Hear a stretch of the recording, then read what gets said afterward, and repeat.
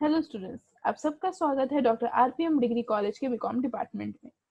आज हम लोग करने जा रहे हैं ऑपरेंट कंडीशनिंग थ्योरी, जो कि आपकी लर्निंग थ्योरीज का एक पार्ट है। इस थ्योरी को शुरू करने से पहले एक क्विक रिवीजन लेते हैं आपकी क्लासिकल कंडीशनिंग की। क्लासिकल कंडीशनिंग थ्योरी आपके पेवलव के द्वारा दी गई थी, जिसका की जो मेन मोटिव था वो डॉग के ऊपर एक्सपेरिमेंट एंड कनेक्शन था आपके बेल के साथ। मतलब कि डॉग किस तरीके से रिस्पॉन्ड करता था जब वो बेल की आवाज सुनता था, इस बारे में हमने एक्सपेरिमेंट पढ़ा था। एक्सपेरिमेंट कुछ इस तरीके से था, एक डॉग वहां पे बंद किया हुआ था, एक्सपेरिमेंटल रूम में था, जिसकी सलाइवा कितनी फॉर्मेशन की जाती है इसका एक्सपेरिमेंट किया जाता था। उसके स्क्रीन के सामने खाने को दिखाया जाता था और फिर उसकी कंडीशनिंग होती थी, उसका ट्रीटमेंट या एक्सपेरिमेंट किया जाता था कि उसके मुंह में बनने वाला जो सलाइवा है उसकी फॉर्मेशन की स्पीड किस तरीके से देखी जाती है और कैसे उसकी स्पीड इंक्रीज होती है। ये सब कुछ हमने यहाँ पे देख चुके हैं। आज जो बात कर रहे हैं वो बी एफ स्किनर के द्वारा दी गई ऑपरेंट कंडीशनिंग थ्योरी की है। बी एफ स्किनर के द्वारा एक बुक लिखी गई थी, जिस बुक का नाम है द बिहेवियर ऑफ ऑर्गेनिज्म, जो कि 1938 में लाई गई थी। इन बुक का जो बेसिक मीनिंग था, जो बेसिक कॉन्सेप्ट था, वो एस टाइप थ्योरी, मतलब कि S conditioning and R operant conditioning के बीच में डिफरेंसेस को दिखाना बेसिकली मेंशन किया गया था।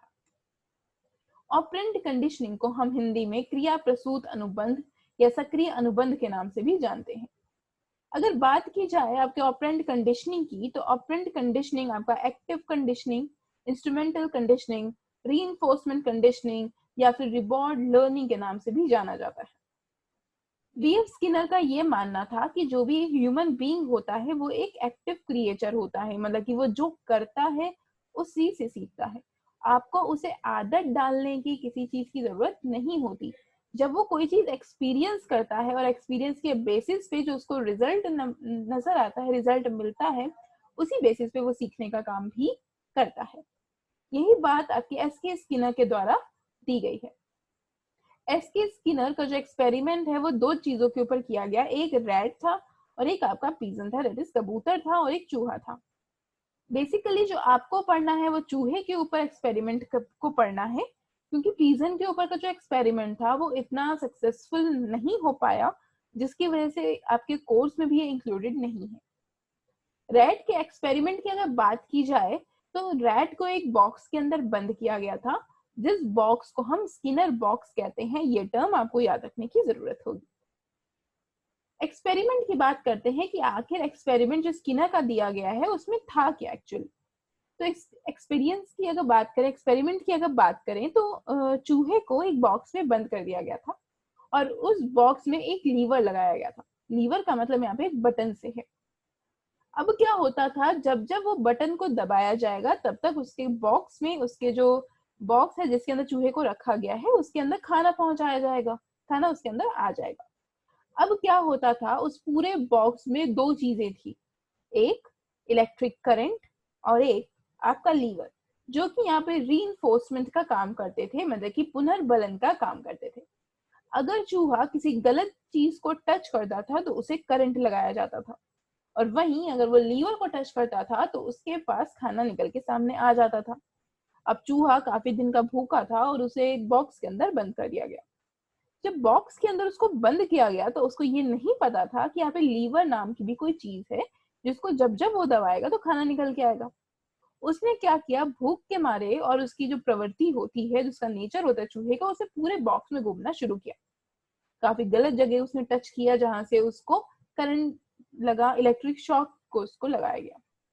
पूरे बॉक्स में घूमते घूमते एक बार उसका जो पंजा था वो जाके लीवर पे दबता है, और जैसे ही लीवर की बटन दबती है वैसे ही उसके सामने खाना आ जाता है। ये चीज एक बार हुई, दो बार हुई, तीन बार भी हुई। ऐसे काफी समय तक ये काम लगातार चलता रहा। चूहा पूरे बॉक्स में घूमता था, उसे करंट लगता था, फिर जाके वो लीवर को टच करता था एंड देन उसके सामने खाना आ जाता था।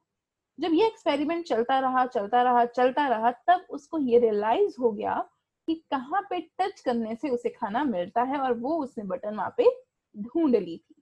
मतलब ये हुआ कि उसके बिहेवियर में या उसके नेचर में जो चेंज आया, वो किस वजह से चेंज आया, उसके रीइंफोर्समेंट की वजह से।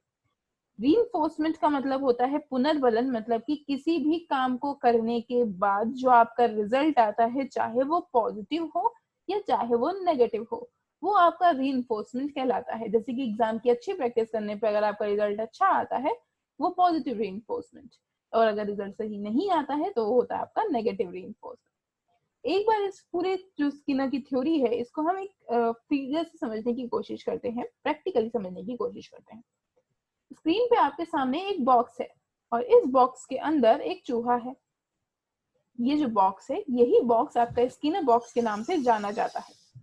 और ये चूहा जो ये बटन को प्रेस करता हुआ है, ये बटन आपकी कहलाती है लीवर।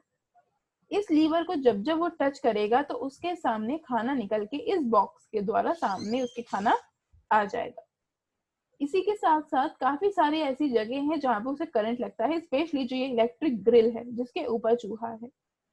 इसमें टाइम टू टाइम उसे शॉक दिया जाता है, मतलब कि एक नेगेटिव रीइंफोर्समेंट दिया जाता है, और जैसे ही वो लीवर को टच करता है उसके सामने खाने को प्रेजेंट कर दिया जाता है। अब इस थ्योरी में कुछ इंपॉर्टेंट कॉन्सेप्ट का यूज किया गया है, कुछ इंपॉर्टेंट वर्ड्स का यूज किया गया है स्किनर के द्वारा।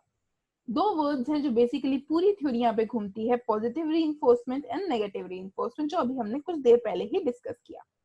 पॉजिटिव रीइंफोर्समेंट का मतलब होता है जब कोई काम आपको सेटिस्फेक्शन प्रोवाइड करता है, आपको प्लेजर देता है, या उससे होने वाला कोई फायदा आपको पॉजिटिव रीइंफोर्समेंट देता है। जैसे कि आपको कोई प्रमोशन कर दिया जाए, एम्प्लॉयज का स्पेशली प्रमोशन कर दिया जाए, उसे रिवॉर्ड दिया जाए, उसे प्रेजेस दिए जाए, इनकम में इंक्रीज हो जाए, ये सब आपका पॉजिटिव रीइंफोर्समेंट कहलाता है। वहीं अगर बात करें नेगेटिव रीइंफोर्समेंट की, तो एक तरह की पनिशमेंट होती है जो कि हम कोई काम गलत होने पे या हमारा रिजल्ट अचीव ना होने पे हम देते हैं।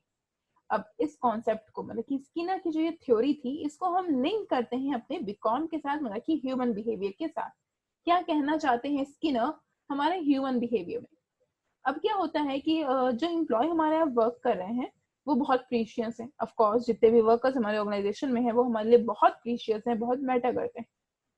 अगर हम टाइमली अपने एम्प्लॉयज को, अपने वर्कर्स को सैलरी में इंक्रीमेंट देते रहें, टाइम टू टाइम बोनस देते रहें, उन्हें रिवॉर्ड दें, प्रमोशन दें, अप्रेज करें, बोलें कि आप कितना अच्छा काम कर रहे हैं, ये सारी चीजें उन्हें अगर बोली जाए, तो रिजल्ट क्या होता है कि आपके एम्प्लॉयज सही तरीके से वर्क करते हैं, और साथ ही साथ क्या होता है कि वो गोल अचीव करने की कोशिश भी करते हैं। बट अगर पॉजिटिव रीइंफोर्समेंट ज्यादा दे दिया जाए या ओवर दे दिया जाए, तो वो कई बार नेगेटिव रीइंफोर्समेंट की जरूरत का कारण भी बनता है।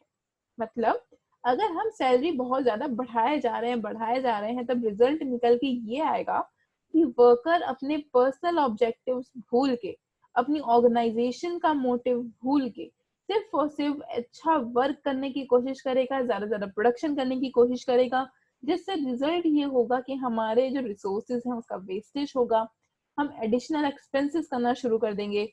ये भी पॉजिटिव रीइंफोर्समेंट के अंदर आता है। तो कई बार हमें नेगेटिव रीइंफोर्समेंट का भी सहारा लेना पड़ता है, जैसे कि पनिशमेंट। अगर आपका वर्कर कुछ गलत काम करने लगता है तो उस टाइम पे आपको नेगेटिव रीइंफोर्समेंट की भी जरूरत पड़ती है। इसका मतलब ये हुआ कि पॉजिटिव एंड नेगेटिव दोनों एक साथ वर्क करते हैं। किसी ऑर्गेनाइजेशन में सिर्फ अगर पॉजिटिव रीइंफोर्समेंट यूज किया जाए तो वो भी सही नहीं है, और अगर हर बार आप नेगेटिव रीइंफोर्समेंट का यूज करेंगे तो वो भी आपके ऑर्गेनाइजेशन के लिए इफेक्टिव नहीं होगा, क्योंकि रिजल्ट ये निकल के आएगा कि आपके वर्कर्स आपके ऑर्गेनाइजेशन छोड़ के दूसरी ऑर्गेनाइजेशन में जाना शुरू कर देंगे। आई होप कि ये वाला जो कॉन्सेप्ट था आपका ऑपरेंट कंडीशनिंग, जो कि स्किनर के द्वारा दिया गया था, ये आपको क्लियर हो चुका हो। कोई ऐसा कॉन्सेप्ट, कोई ऐसी चीज अगर आपको डाउट क्रिएट करती है, आपको समझ में नहीं आती है, तो आप डायरेक्ट कमेंट बॉक्स में जाके इसको कमेंट कर सकते हैं। Thank you students.